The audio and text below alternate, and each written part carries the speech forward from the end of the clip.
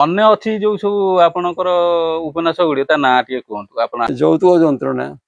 ତୋତେ ମୁଁ ବେଦିରେ ବସେଇ ଦେବି ନାହିଁ ଏଇଟା ଗୋଟେ ମାନେ ତାପରେ ବର ଝିଅ ଘର ଭାଙ୍ଗେ ନା ଭାଇ ନୁହେଁ ଭଗବାନ ପଥର ହେଲା କି ପ୍ରଭୁ ଦୁଃଖର ପାହାଡ଼ ତଳେ ବିଧିର ବିଧାନ ପ୍ରିୟାପୀତି ପ୍ରିୟତମା ଝିଅ ଥିଲେ ଏଇନି ବୋହୁ ଦୁଃଖ ସରିଯାଏ ମଶାଣି ଭୂଇଁରେ ବାହା ବଜାରେ ଜ୍ୱାଇଁ କିଲୋ ହଜାରେ ଝିଅଲ ମୋର ବୋଲ କର ସତୀ ସଧବା ସାତ କଥାରେ ସତୀ ଭୁଲେ ନା এই ପ୍ରକାର ବିଭିନ୍ନ गल्प संकलन अच्छी ଗଳ୍ପ ସଂଗ୍ରହ 18 ଖଣ୍ଡ गल्प संकलन 18 खंड ଆଜ୍ଞା। आ कविता संकलन କବିତା ମୁଁ କରିନି କବିତା ଲେଖେ ବିଭିନ୍ନ ପତ୍ର ପତ୍ରିକା ପାଇଁ କବିତାରେ ମୁଁ ଏତେ ସିଦ୍ଧହସ୍ତ ନୁହେଁ ଲେଖୁଛି ଲେଖେ ଲୋକ ଭଲ ଲାଗୁଛି ବୋଲି କବିତାରେ ମୋର ଏତେ ବହି କିଛି ସ୍ୱତନ୍ତ୍ର ବହି କିଛି ନାହିଁ। ଆପଣ ତ ସରକାରୀ ଚାକିରି କରିଥିଲେ ଆଜ୍ଞା ସରକାରୀ ଚାକିରି ଆଉ ଏ ଲେଖା କେମିତି ସାମଞ୍ଜସ୍ୟ ରହୁଥିଲା କେମିତି କେମିତି ମ୍ୟାନେଜ କରୁଥିଲେ କେମିତି ମତେ ବହୁତ ସମୟ ମିଳେ ହେଡକ୍ୱାର୍ଟର ଥିଲାବେଳେ ଚାକିରି ସମସ୍ୟା ତ ଆମର ଗ୍ରାମ୍ୟ କୃଷି କର୍ମଚାରୀ ଚାଷୀ ମାନଙ୍କର ସବୁ ଦାୟିତ୍ୱ ଆମ ଉପରେ ଥିଲା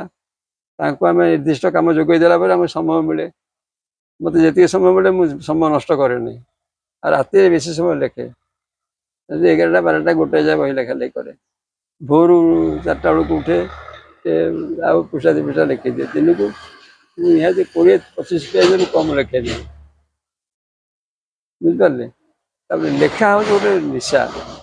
ସେ ନିଶା ଯାହାକୁ ଥରେ ଧରିଛି ସେ ତାକୁ ଛାଡ଼ି ନାହିଁ ଆପଣ ଜଣେ ମଦ୍ୟପ ଯଦି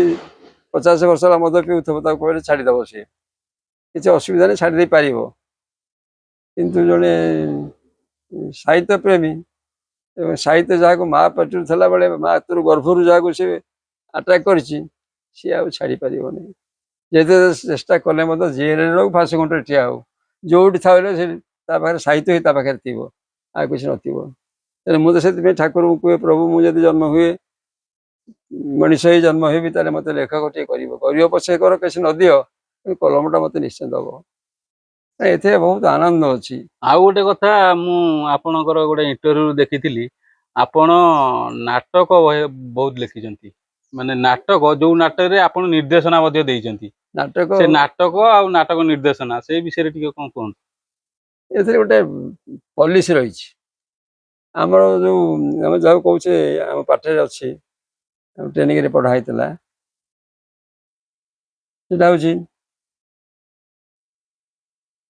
ଚାଷୀମାନଙ୍କୁ ଆପଣ କେମିତି କ୍ୟାପଚର କରିବେ ତାଙ୍କୁ ଏକ ମନ ଏକ ପ୍ରାଣ କରିକିରି ଆପଣ ଆପଣ ପ୍ରୋଗ୍ରାମକୁ ପେଶ କରିବେ ଏବଂ ପ୍ରୋଗ୍ରାମ ଆପଣଙ୍କ ଫିଲ୍ଡରେ ସକ୍ସେସ୍ ହେବ ଏହା କୁହନ୍ତି ଏକ୍ସଟେନସନ ପଲିସି ବୁଝିପାରିଲେ ତେଣୁ ସେଥିପାଇଁ ମୋତେ ବୟସ୍କ ଲୋକମାନଙ୍କୁ ବହୁତ ବୁଝେଇବାକୁ ପଡ଼େ ସେମାନେ ବୁଝନ୍ତି ନାହିଁ ସାର ପକେଇବୁ ନାହିଁ ଜମା ପକେଇବୁ ନାହିଁ ହାଇବ୍ରିଡ୍ ଧାନ ଆମେ କରିବୁ ନାହିଁ ମା ଲକ୍ଷ୍ମୀ ଛାଡ଼ିଯିବେ ଆମେ ତାକୁ କରିବୁ ନାହିଁ ତେଣୁ ମୋତେ ବହୁତ କଷ୍ଟ ହୁଏ ମାନେ ମାସ ମାସ ଦରମା ମିଳୁଛି ଆମକୁ ସାଇକେଲ ପାଇଁ ସାଇକେଲ ଆଲାଉନ୍ସ ମିଳୁଛି ଟିଏ ମିଳୁଛି ଯେତିକି ଠାକୁର ଦଉଛନ୍ତି ତାର କାମ ହେବା ଦରକାର ନା ତେଣୁ ମୁଁ ଯୁବଗୋଷ୍ଠୀକୁ ଏକାଠି କରେ ଆଜ୍ଞା ଯୁବଗୋଷ୍ଠୀ ଏକାଠି ଯୁବକମାନେ ସମସ୍ତେ ମିଶି ଯାଆନ୍ତି ସେତେବେଳେ ମୋର ପିଲାଳିଆ ବୟସ ଡ୍ରାମା କରିବା ଡ୍ରାମା ସେତେବେଳେ ପ୍ରତି ଗାଁରେ ହେଉଥିଲା ଏବଂ ମୁଁ ନାଟକ ଲେଖେ ନାଟକ ସେଠି ମଞ୍ଚସ୍ଥ ହୁଏ ତେଣୁ ମୁଁ ଭାଗ୍ୟଦୋଷ ଲେଖିଛି ବୋଲି ଲୋକ କାବା ହେଇଯାଆନ୍ତି ଆରେ ବଢ଼ିଆ ହେଇଛି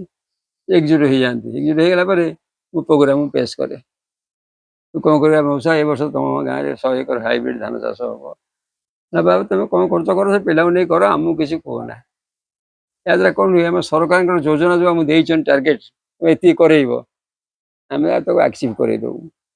ମୁଁ ସେଟା ପ୍ରୟୋଗ କରେ ମୋ ପରିସର ଠିକ୍ କାମ ଦିଏ ତେଣୁ ତାପରେ ଆଉ ଗୋଟେ ନାଟକର ପ୍ରଭାବ ବାଳକୃଷ୍ଣ ମହାନ୍ତି ଆମର ଗଣକବି ନାଟରାଚାର୍ଯ୍ୟ ବାଳକୃଷ୍ଣ ମହାନ୍ତି ମୁଁ ତାଙ୍କ ଯାତ୍ରା ଟିମ୍ରେ କିଛି ଦିନ ଥିଲି ଛୋଟବେଳେ ଶିଶୁ କଳାକାର ଭାବରେ ମୁଁ ଅଭିନୟ କରୁଥିଲି ଏ 5-7 ରାତି ଖଣ୍ଡ ସେତେବେଳେ ଗୋଟେ ପ୍ରଭାବ ମୋ ମୁଣ୍ଡରେ ଥିଲା ଯେ ନାଟକ ମୁଁ ଗୋଟେ କଳାକାର ହେବି ଯାତ୍ରାରେ ରହିବି ଯାତ୍ରା କରିବି ଡ୍ରାମା କରିବି ଏମିତି ଥିଲା ସବୁ ତାପରେ ସମୟ କ୍ରମରେ ମୁଁ ସେଥିରେ ଫସିଲି ପୁଣି ନାଟକ ଲେଖିଲି ନାଟକ ଯାତ୍ରା ପାର୍ଟିରେ ମୋ ଶ୍ୱଶୁର ଶ୍ୱଶୁର ଘର ଶ୍ୱଶୁର କହିଲେ ବାପା ଗୋଟେ ନାଟକ ଲେଖି ଦେଉନା ଆମ ପାଟିକି ଆମେ କରିବା ମୁଁ ଦେବି। ପ୍ରଥମ ନାଟକ ମୋର ହେଉଛି ଭିନ୍ନ ଏକ ପୃଥିବୀ।